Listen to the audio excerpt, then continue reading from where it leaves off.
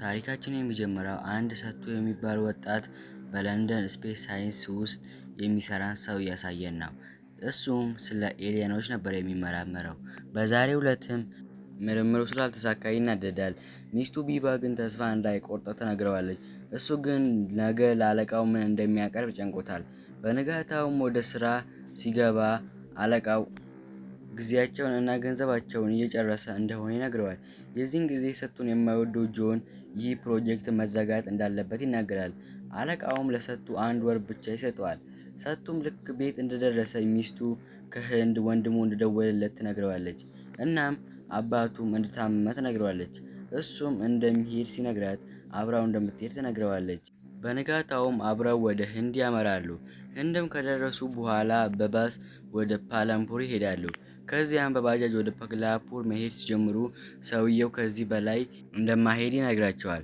ተጨማሪ ብር እንደሚሰጡትም ሲነግሩት እሱም ይስማማል።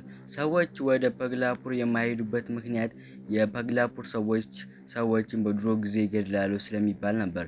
ልክ እንደደረሱም የሰጡ ወንድም በመን ይቀበላቸዋል። ከዚያም ወደ አባቱ ጋር ይወስዱታል።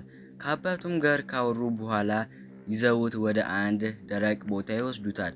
እሱም ምክንያቱን ሲያይ የተገደበው ትልቅ ግድብ እንደሆነ እና ለፓግላፑር ምንም ውሃ እንደማይሰጣቸው ያያል። በዚህ ምክንያትም ነበር ፓግላፑር ደሃ ሆነችው። ሰጡም ወደ ካንቲባዎች እና መሪዎች ጋር በመሄድ ስለ ጉዳዩ ቢያነጋግራቸውም ሳይቀበሉት ይቀራሉ። እሱም ከነሱ ጋር መንገድ እየፈለጉ ሳለ አንዱ ሰው ወደ ታች ሲረግጥ ውሃ ያያል። እነሱንም ቢጠራቸው ዝም ሲላሉት ትቶት ይሄዳል። እነሱም ወደ አንድ ድብቅ ዛፍ እና በውስጡ ቤት የሆነ ቦታ ይወስዱታል። በምሽትም ከበመን ጋር ስለ ኤሊየኖቹ ሲያይ ኔትወርክ እምቢ ይለዋል። በሌላኛው ትዕይንት ሰጡ በቴሌቪዥን ላይ ስለ ኤሊየኖች ይሰማል። ተመራማሪዎቹ ማሳው ላይ እንዳረፉ ይናገራሉ። የዚህን ጊዜ ሰጡ አንድ ሀሳብ ይመጣለታል። ከዚያም ወደ ስራ ይገባሉ። እቅዳቸውም ማሳውን በዲዛይን አስተካክለውት ኤሊየኖች ያረፉበት ለማስመሰል ነበር። እቅዳቸውም ተሳክቶ አንድ ጋዜጠኛ ትመጣለች። የዚህን ጊዜ በመን በውበቷ ይማረካል። ቀጥሎም ሌሎች ብዙ ጋዜጠኞች ይመጣሉ። ከዚያም መዘገብ ይጀምራሉ። ሰጡም ይህን እድል በመጠቀም ከሰዎቹ ብር እየተቀበሉ ማስገባት ይጀምራሉ። ነገር ግን ሰጡ ለሁሉም ሰዎች ጆንን ካዩት እንዳያናግሩት ይነግራቸዋል። በንጋታውም እንደተባለው ጆን ይመጣል። የዚህን ጊዜ ሁሉም ባልሰማ ባላየ የሚጠይቃቸውን ጥያቄ ያልፋሉ። በዚህ ምክንያትም ጆን ምንም ነገር ያጣል። እናም አንድ ተንኮል ሰጡ ላይ ይሸርባል። ከዚያም ለተመራማሪዎቹ ያገኘውን ገመድ ያሳያቸዋል። የዚህን ጊዜ ተመራማሪዎቹ ይህ ሁሉ ነገር ውሸት እንደሆነ ይናገራሉ። ሰጡም በምሽት ተቀምጠው ሳሉ የሰጡ ፍቅረኛ ቢባ ትጮኻለች። እነሱም ለምን እንደጮኸች ሲጠይቋት አስፈሪ ነገር እንዳየች ትነግራቸዋለች።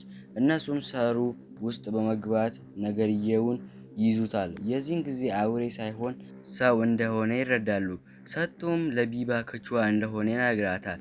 እሷም ኤሊየን እንደመሰላት ነግራው ትተዋወቀዋለች። የዚህን ጊዜ ሰጡ ኤሊየን የሚለውን ቃል እንደሰማ ሀሳብ ይመጣለታል። ሀሳቡንም እቃዎችን በመጠቀም ሰዎችን ኤሊየን ማስመሰል እና ገቢያቸውን ለማስተካከል ስራ ይጀምራሉ። ከጨረሱም በኋላ ለጋዜጠኛዋ ደውለው በምሽት መቅረጽ ይጀምራሉ። እንደ ኤሊየን የለበሱ ሰዎችም እንደ ኤሊየኖች ማስመሰል ይጀምራሉ። የዛኑ ሰዓትም ሌሎች ጋዜጠኞች መጥተው መቅረጽ ይጀምራሉ። ከዚያም ሰጡ እንዲሮጥ ሲነግሩት መሮጥ ይጀምራል። ጋዜጠኞችም ከኋላው መከተል ይጀምራሉ። ነገር ግን የሰጡ ድብቅ ዛፍ መሰል ቤት ውስጥ ሲገባ ያጡታል። ይህ ጉዳይም እስከ አሜሪካ ድረስ መዘገብ ይጀምራል። በዚህ ምክንያትም ብዙ ወታደሮች ወደ ፓግላፑር ይገባሉ። ጨምሮም የከተማዎቹ ከንቲቦች እና አስተዳዳሪዎች ይመጣሉ። ከዚያም ፓግላፑርን መንግስት እንዲቆጣጠራት ይነግሩታል። የዚህን ጊዜ ሰጡ ያኔ እነሱ ጋር ሲመጣ እንዳደረጉት አድርጎ ያሰናብታቸዋል። እነሱም በንዴት ይሄዳሉ። በምሽትም ወታደሮቹ ጋዜጠኞቹ ኤሊየኖቹን መጠበቅ ይጀምራሉ። ኤሊየኖቹም አንድ በአንድ መውጣት ይጀምራሉ። ወታደሮቹም ጥቃት ለማድረስ ይዘጋጃሉ። የዚህን ጊዜ ጆን ለጋዜጠኞቹ ይህ ውሸት እንደሆነ ቢነግራቸውም ማንም ሳያምነው ይቀራል። በዚህም ምክንያትም ጆን ወደ ኤሊየኖቹ ሲሮጥ እነሰቱም እንዲሮጡ ይነግሯቸዋል። እነሱም መሮጥ ይጀምራሉ። ወታደሮቹና ጋዜጠኞቹም ከኋላ መከተል ይጀምራሉ። ወታደሮቹም ወደ ኤሊየኖቹ መተኮስ ይጀምራሉ።